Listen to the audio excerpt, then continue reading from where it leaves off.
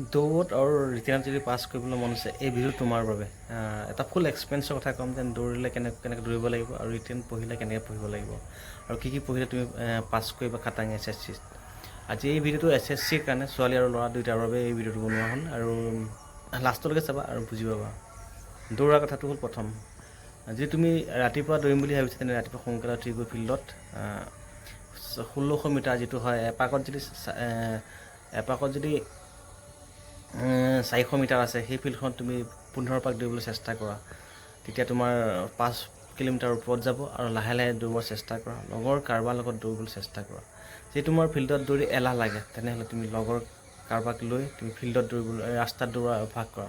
ৰাস্তাত তুমি 5 কিলোমিটাৰ ওপৰত দৌৰিব চেষ্টা কৰা আৰু টাৰ্গেট চাই চেষ্টা কৰা দৌৰিবলৈ।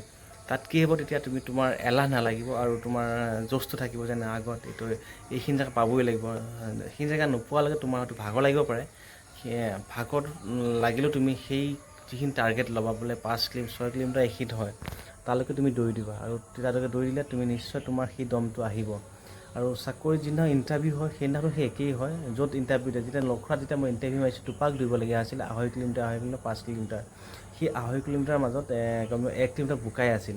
সেই বোকাখিনি যাওঁতে কেৱল দম ছুটি যায়, কিন্তু সেই বোকাখিনি পাৰ হোৱাৰ পিছত আকৌ আৰাম লাগে। লাষ্ট 2 নম্বৰ পাকত যেতিয়া বোকাখিনি পাৰ হৈ যেতিয়া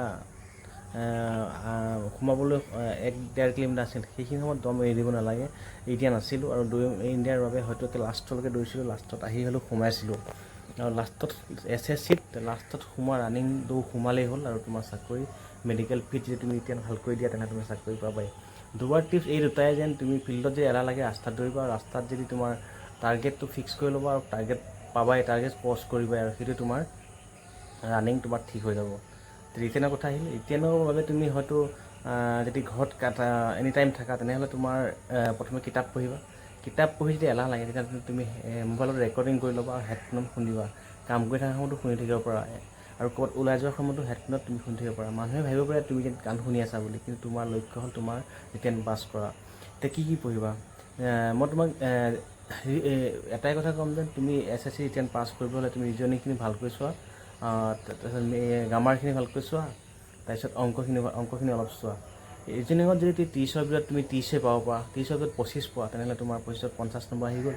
আৰু গ্ৰামাৰত 30ৰ ভিতৰত যদি তুমি 25 পোৱা, তেনেহ'লে তোমাৰ 25ৰ ভিতৰত 50 আহি গ'ল, 100 নম্বৰ আহি আছে। এইকেইটাত তুমি 100 পাই গ'লে তোমাৰ মেৰিট লিষ্ট আহিবই। তাৰ বাহিৰে আৰু ৰিজনিং বা হেৰি চাব নালাগে, মেথমেটিক্স আৰু জেনেৰেল নলেজ চাব নালাগে। জেনেৰেল নলেজত তুমি কভাৰ কৰিব নোৱাৰা, ৱৰ্ল্ডৰ বহুত প্ৰশ্ন আহে আৰু সেইকাৰণে তুমি জেনেৰেল নলেজত কমচে কম তুমি 5, 6, 7, 10টামানহে পাৰিবা চাগৈ। সেইকাৰণে মোৰ একদম পূৰা টাৰ্গেট তোমালোকক দিছোঁ যে তুমি ৰিজনিংখিনি ভালকৈ চোৱা, ৰিজনিংখিনি পাৰিবই লাগিব। আৰু ছেকেণ্ড কথাটো হ'ল তুমি গ্ৰামাৰখিনি পাৰিবই লাগিব। যদি এই দুটা তুমি যদি ভালকৈ কভাৰ কৰি দিয়া আৰু বাকীখিনি তুমি জেনেৰেল নলেজ আৰু অংকখিনি অলপ চাই দিয়া, আৰু তাত যদি তুমি 5, 10 নম্বৰ পাই যোৱা, 20 নম্বৰ পাই যোৱা, তেনে তোমাৰ মেৰিট লিষ্টত কোনো ৰখাব নোৱাৰে। আৰু এতিয়া লাষ্টটো ক'ব আহিছোঁ মেডিকেল তোমাৰ চব কুছ ঠিক আছে, তেনেহ'লে তুমি টেনশ্যন ল'বলৈ একো নাই। খালি মেডিকেল সময়ত বাইক চাইকত উঠি ঘূৰি নুফুৰিবা, স্কুটিত ঘূৰি নুফুৰিবা, লগৰ ল'ৰাৰ লগত ক'লৈকো নাযাবা। বাকী তুমি চাব পাৰা তোমাৰ কি বুলি কয় এই কালাৰ ডিভিজন আৰু ডিষ্টেঞ্চ, এইটো তুমি নিজে পৰীক্ষা কৰি চাব পাৰা। ডিষ্টেঞ্চৰ যিখন ফটো 2-3খন থাকে, সেই 3খন তুমি গুগলত পাই যাবা চাৰ্চ কৰিলে। আৰু কালাৰ ডিভিজনখনো তুমি পাই যাবা। কেতিয়াবা যদি পইচা পাতি থকা মানুহ হয় তেনেহ'লে তুমি ডক্টৰক গৈ এবাৰ কালাৰ ডিভিজন চেক কৰিব পাৰা। এইবোৰ এক্সপিৰিয়েঞ্চ তোমালোকক দিলোঁ, আৰু এইকেইটা যদি তুমি ট্ৰাই কৰা নহয় তোমাক কোনো ৰখাব নোৱাৰে। আৰু ময়ো সেনেকৈয়ে পঢ়িছিলোঁ, আৰু সেইকাৰণে আজি তোমালোকৰ আগত কিছুমান কথা কৈ থাকিব পৰা হৈছোঁ। আৰু এনেকুৱা ভিডিঅ' পাবৰ বাবে মোৰ চেনেলটো ছাবস্ক্ৰাইব কৰিবা, আৰু মই এনেকুৱা ভিডিঅ' আৰু দিম। তোমালোকে যদি কমেণ্ট কৰা কিহৰ ওপৰত, আৰু মই কৈ থাকিম, তোমালোকক জনাই থাকিম।